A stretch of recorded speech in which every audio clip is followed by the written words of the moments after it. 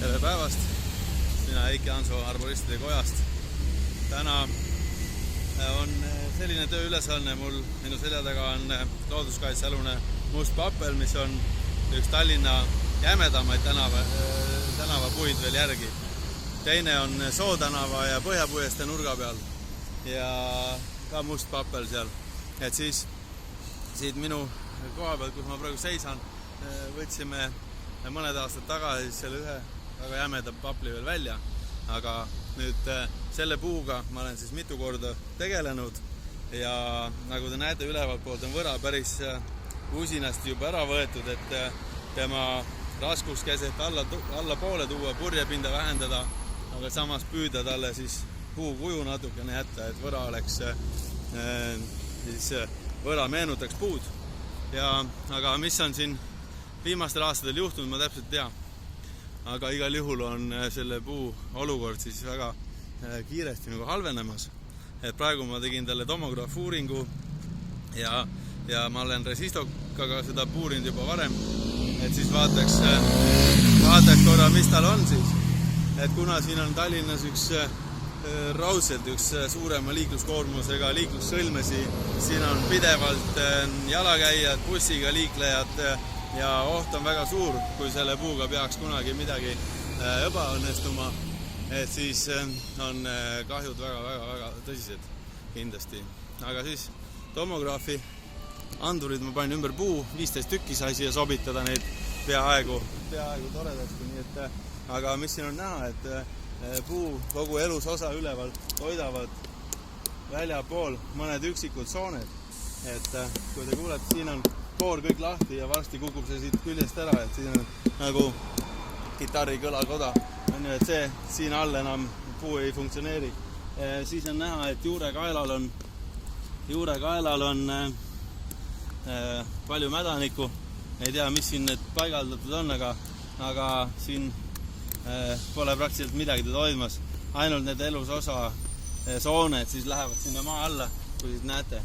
Siin isegi annab natuke jämeduskasvu, see eletriip on siin näha, et siis siit on koor lahti murenenud ja see on nagu väga hea tundemärk, et siis need osad siin lähevad tugevamaks veel aastatega, et siis nii palju see võra seal üleval toimetab ennast. Ja no näete, siin on massiline liiklus kogu aeg midagi toimub. Ja siis siin samamoodi need sooned kasvavad, puid seest mädaneb, aga midagi siin kõik on lahti alt seest.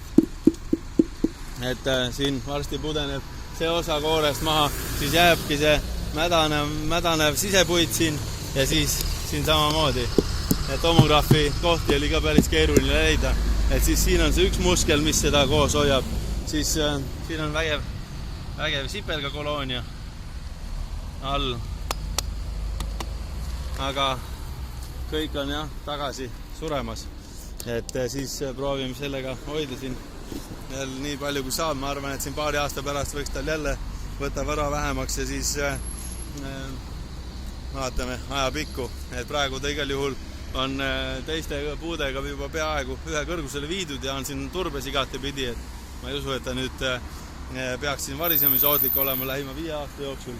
Aga mis on nagu hoiakute küsimusena mul südamel on see, et siia on pandud ei tea mitu korda trasse alla, uut asfaldit jälle pandud, siis on siin midagi kaevatud, aga seda kaevamisel nagu ikka meil arvesse ei võeta, et siin tegemist on looduskaitsealuse väärispuuga, et siis ikka hankes kopamees võetakse ligi, midagi muud ei tehta, kärinal juurikad läbi, asjad sisse ja ongi niimoodi, et puu mädaneb tagasi.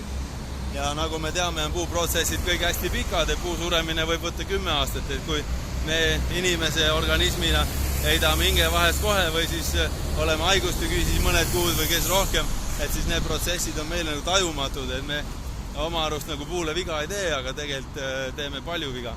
Et siin on näha kõrvalt kõik need meie enda poolt ära tapetud puud, et hobukast on seal, vahed, teine vahed, ja need on Kadrioru miljööväärtuslik puud, et küll on seal tehtud jälle mingid asju, miks nad kõik ära kuivavad ja linnasid tihendatud ja kõik muud jutud, et kindlasti kui me väärtustame oma kõrghaljastust, siis seda saab tunduvalt paremini teha ja ikkagi oma hoiakuid eelkõige peaks läbi mõtlema ja tänapäevastama ka. Aga igal juhul see puu veel on siis sel aastal ka üle käidud, võtsime sealt kõige kõrgema kuiva ladva ära, mis oli siis paari aastaga juhtunud niisugune moment, aga ülejäänud on tal kenasti roheline ja need vesikasvud siis toidavad seda tüve ka veel päris hästi, nii et tsirkulatsioon toimub ja kõik tundub, et see puu saab veel meiega siin seista küll. Et seda tahtsingi teile ütelda, et uurige oma puud järgi ja uurime ja tomografeerime ja vaatame, kas neid saab pigem säilitada ja panustamegi pigem säilitamisele kui raiele.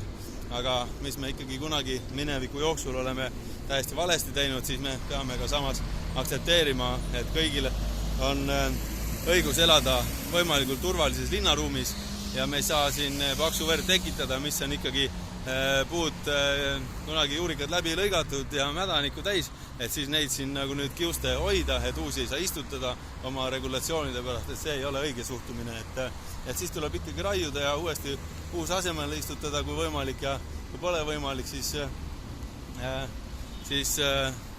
kuidagi on ikka võimalik. Istutatakse tänapäeval ka asfaldi peale istutuskastidesse. Brüsselis keegi käinud on, näete seal päris palju neid linna, mitte maa sisse ulatuvaid puid, vaid väikseid puuliigid hoitakse hoopis paarimeetristes istutuskastides pinna peal, väetatakse, õhutatakse, kastetakse ja saab haljastust ikka küll, nii et kõik ilusat, ilus palav suvepäev ja olge lõbusad!